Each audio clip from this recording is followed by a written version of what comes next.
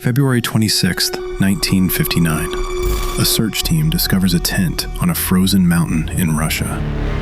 The tent is cut open from the inside. Footprints lead away into the snow. Bare feet, socks, no boots. They had been missing for weeks. But the search ends in a nightmare. 9 bodies, frozen, all dead.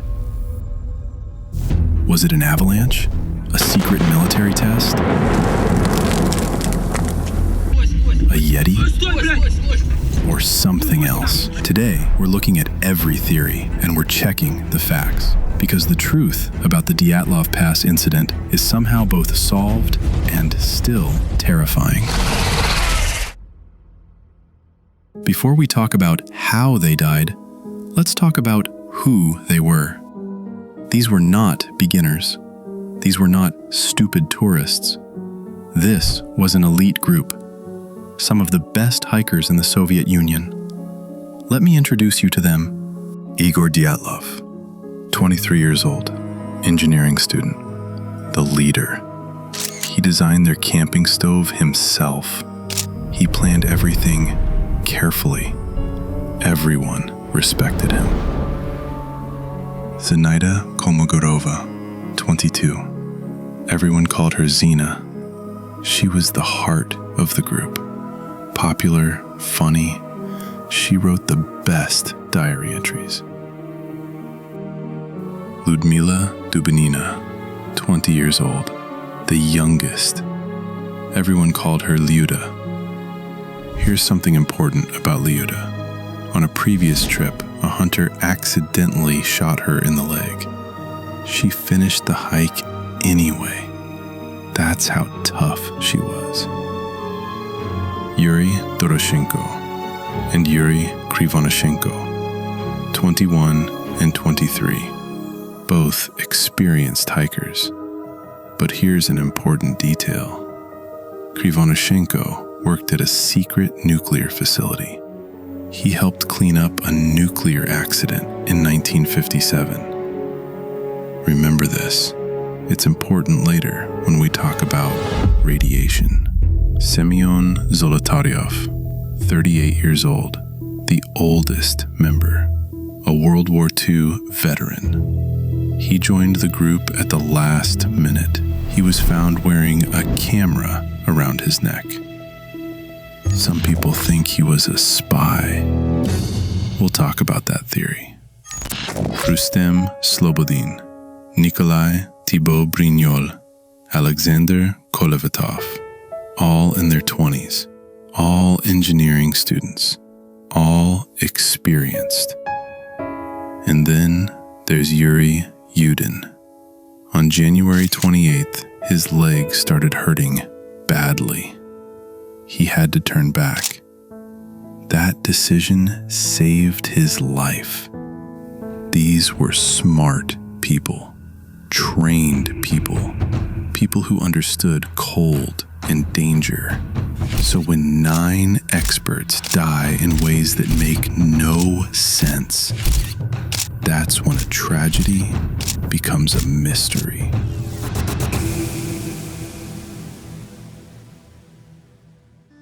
January 23rd, 1959. The group takes a train north to a town called Ivdel. They're singing songs, making jokes, playing pranks. From Ivdel, they take a truck to the last village, a place called Vizhai. After that, nothing but wilderness. They hike to an abandoned camp. This is where Yuri Yudin says goodbye. They take photos. They hug. Yudin watches them ski away into the forest. That's the last time anyone sees them alive. January 29th through 31st. They follow a river valley. The snow is deep.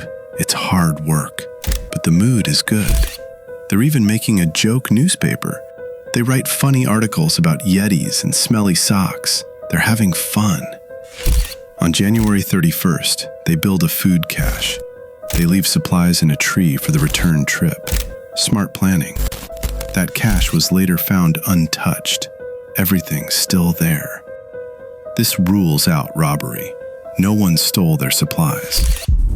February 1st, the weather gets worse. High winds, low visibility. They're trying to reach a mountain called Otorten, but they get lost. They end up on the wrong mountain, a mountain called Kholat Syakhl.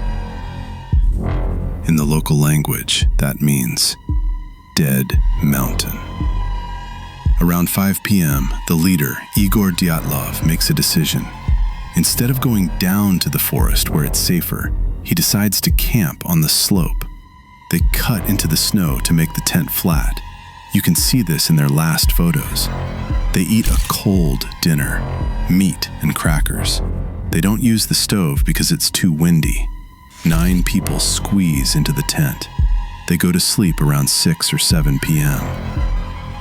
And then something happens. February 12th. The group should have returned. They don't.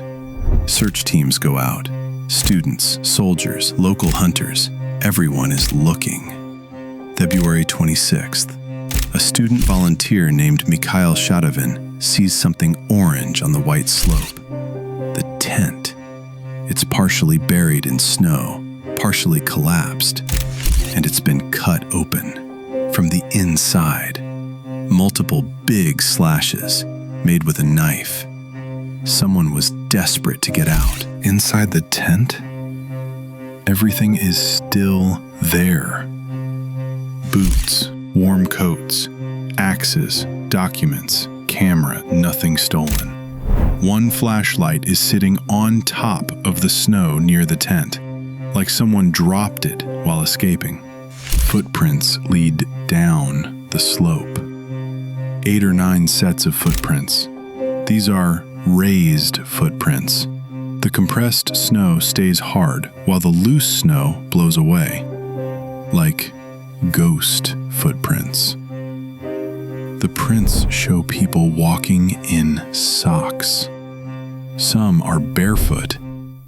They're all walking together down toward the forest, walking in an organized way, not running in complete panic. Whatever scared them, it was at the tent, not chasing them down the mountain. 1.5 kilometers away, at the forest edge, there's a big cedar tree. Under the tree, the remains of a small fire and 2 bodies. Yuri Doroshenko and Yuri Krivonishenko. The tree above them, branches are broken off, 5 meters high. Blood and skin on the bark. Someone climbed that tree with bare hands in the freezing cold, trying to see something. The tent, maybe. We don't know. Krivonishenko's hand, he bit into his own knuckle. Probably from the pain, or delirium, or trying not to scream. Between the cedar tree and the tent, searchers find 3 more bodies. Igor Dyatlov, 300 meters from the cedar, hand holding a branch, frozen solid. Rustem Slobodin, 480 meters from the cedar, face down in the snow. He has a crack in his skull, but the medical examiner said he probably died from cold, not the head injury. Zinaida Kolmogorova, 630 meters from the cedar. She's the closest to the tent. Her body is face down in the snow. There's blood from her nose. Frostbite on her hands. She has bruising on her side, probably from falling on something hard in the snow. Do you see what's happening here? They were trying to go back to the tent, after escaping. After building a fire at the cedar, they realized they needed the boots and coats to survive. May 4th, 1959, almost 3 months later. Searchers are still looking. In a ravine 75 meters from the cedar tree, buried under 4 meters of snow, they find the last 4. Semyon Zolotaryov, Alexander Kolevatov, Nikolai Thibault Brignol, Lyudmila Dubinina. These 4 are wearing more clothes than the others. In fact, they're wearing clothes cut off the dead bodies at the cedar tree. This tells us the 2 Yuris died first. The others took their clothes to try to survive. But the injuries on these 4, this is where it gets really strange. Nikolai Thibault Brignol, his skull is crushed. The bone is pushed into his brain. The doctor said the force needed was like a shock wave of a bomb. But here's the weird part. No wound on the skin, no cut, no bruise on the outside. Lyudmila Dubinina, 10 ribs broken, 4 on the right side, 6 on the left side. Her chest was completely crushed. Massive trauma. Again, no bruising on the outside where you'd expect it. Her eyes are missing. Her tongue is missing. Semyon Zolotaryov, 5 broken ribs, crushed chest. His eyes are also missing. Same thing. Huge damage inside, but the skin is fine. Alexander Kolevatov, neck damage. There was radiation on the clothes of Kolevatov and Krivonishenko, but Kolevatov died because of cold. The medical examiner wrote in his report, "The force needed for these injuries is like a car crash. A human being could not cause this. There would be damage to the skin. Something hit them with the force of a car, but left no bruises." Let's start with the official scientific answer. For 60 years, people said, it can't be an avalanche.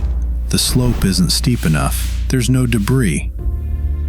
But in 2021, 2 scientists proved it was possible.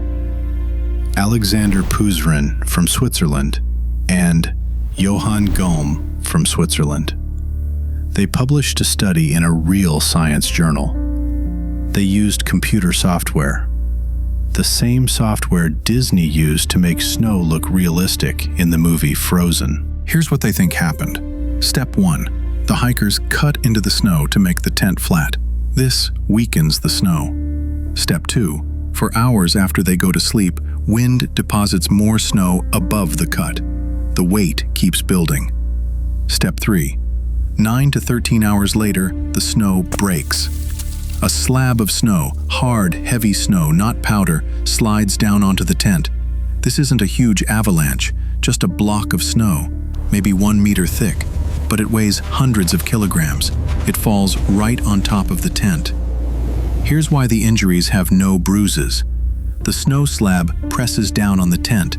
The people inside are crushed against hard things, skis, cameras, frozen ground. It's not impact, it's compression. Like being squeezed in a vise. This explains why bones break, but skin doesn't tear. The survivors realize they're being buried. In the dark, they can't reach the door. Someone grabs a knife and cuts through the tent to escape. Multiple slashes. Fast. Desperate. They climb out into the night. Why there's no avalanche debris. By the time searchers arrive 3 weeks later, new snow has covered everything. The wind has smoothed the slope. The evidence is hidden. Evidence for the avalanche theory. Their last photo shows them cutting into the slope, the exact thing that would cause this. Computer models prove it could happen with a 9 to 13 hour delay. It explains why they cut the tent from inside. They were escaping burial. It explains the crush injuries without bruises, compression, not impact. It explains why they left without boots, fear of a second avalanche, immediate danger. evidence against the avalanche. Some experts still say the slope is too flat. It doesn't explain why some people were in underwear, though there's a medical explanation for that. It doesn't explain the missing tongue and eyes, though there's a natural explanation for that too. It doesn't explain the radiation, though Krivonyshenko's job explains that. This theory is peer-reviewed science, published in a real journal. It's the most solid scientific explanation we have. But I know what you're thinking. That's it? Just bad luck?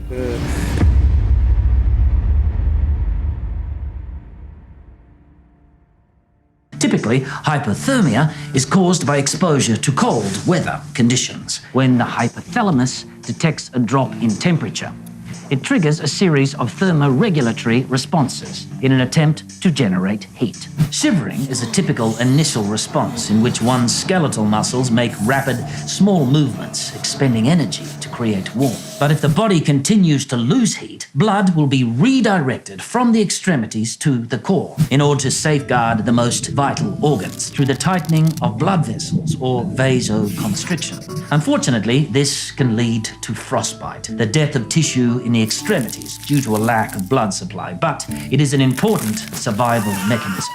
As hypothermia progresses, symptoms get worse. Drowsiness, loss of fine motor skills, mental confusion, and even hallucinations. By the time severe hypothermia has set in, you won't be shivering anymore, but you will have low blood pressure and high risk of heart failure. Paradoxical undressing, a phenomenon occurring in 20 to 50% of hypothermia deaths, where despite dangerously low body temperatures, subjects remove their clothes, hastening the loss of heat. One explanation for paradoxical undressing is that the muscles responsible for vasoconstriction, sending blood from the surface to the core, become exhausted. As these muscles relax, blood rushes back to the surface, causing a hot flush, a burning sensation, and a desperate need to cool down. What? I'm demonstrating paradoxical undressing for science.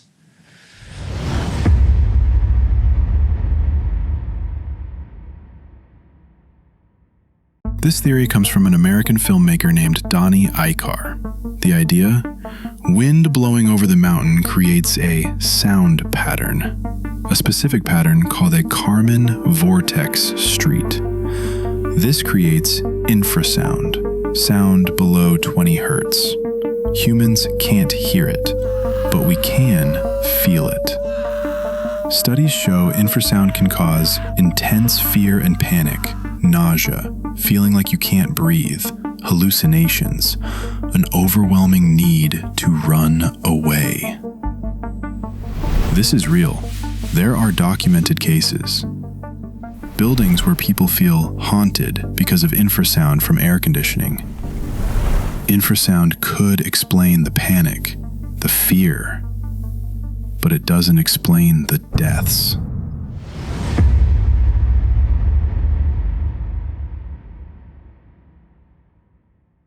This is 1959, the Cold War. The Soviet Union is testing rockets, the same rockets that launched Sputnik.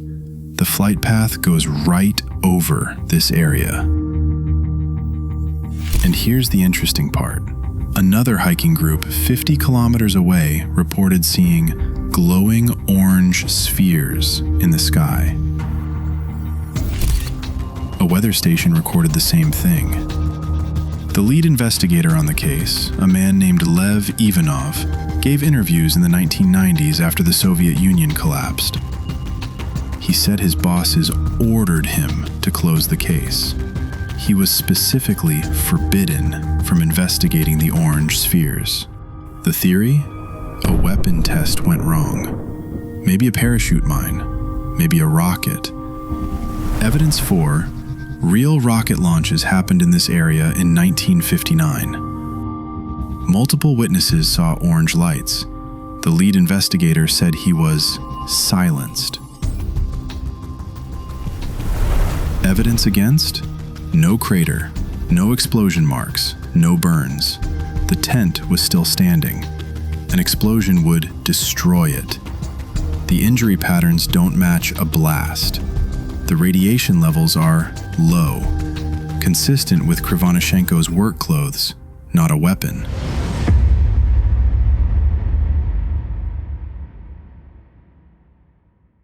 Let's talk about the mysterious older guy, Semyon Zolotaryov. Suspicious things. He told people his name was Alexander or Sasha. He joined the group at the very last minute. He has gaps in his military record. And he lied about his military awards. The theory, maybe he was KGB, a spy. Maybe he was monitoring the group or meeting someone secretly in the mountains. Here's why people believe it. When they autopsied his body, they found tattoos. Dermwazwaya, meaningless letters, military symbols. His family said they'd never seen these tattoos, didn't even know they existed. Neither did anyone in the hiking group. Why hide tattoos from everyone? In 2018, they exhumed his body to test if it was really him. The first DNA test suggested it was Semyon Zolotaryov, but a second DNA test revealed something odd. The body was definitely from the Zolotaryov family line, but they couldn't say with 100% certainty it was Semyon. It could be him, or it could be his brother. When his body was found, he had a camera around his neck. The film was recovered but badly damaged. Only small fragments could be developed. Here's where it gets really interesting. Conspiracy theorists have analyzed the damaged film fragments. They claim to see a hidden image, a dark figure standing over someone on the ground, possibly holding a weapon. Skeptics say this is just pareidolia, seeing patterns in random damage, ghosts in the water spots and film grain. But conspiracy theorists point to it as proof. Zolotaryov was photographing armed agents, maybe even documenting an execution. The full conspiracy theory comes from researcher Alexei Rakitin.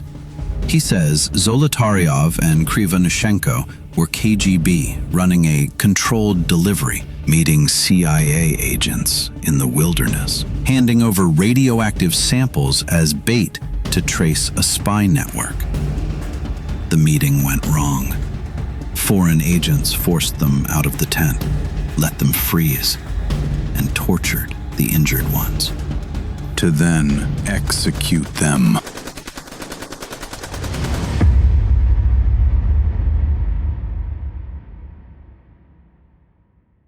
Ah yes, the Yeti theory, the abominable snowman, Bigfoot's Russian cousin. There is a photo. Let me tell you about it. On one of the cameras, Thibaut Brignol's camera, there's a blurry image. It's called Frame 17. It shows a dark figure against white snow. Conspiracy theorists say, it's a Yeti, it's proof. Let's be realistic. Photo experts have analyzed this image. The most likely explanation? It's one of the hikers, wearing a dark coat, walking away from the camera. Evidence for the Yeti. There's a blurry photo. Evidence against. No footprints, no hair, no scat. Brace for impact, brace for impact.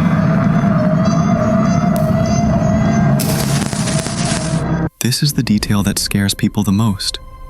Lyudmila Dubinina's missing tongue and eyes. People say, secret surgery, torture, aliens. Let's look at the facts. Dubinina's body was found in a stream, running water. She was there for 3 months, February to May. Here's what forensic science tells us. Soft tissues decompose first, especially in water. Eyes, tongues, lips, these are the first to go. Small animals eat these first. Fish, mice, foxes. Igor Dyatlov, Zinaida Kolmogorova, Yuri Doroshenko, Yuri Krivonishenko, Lyudmila Dubinina, Rustem Slobodin, Semyon Zolotaryov, Nikolai Thibault-Brignol, Alexander Kolevatov.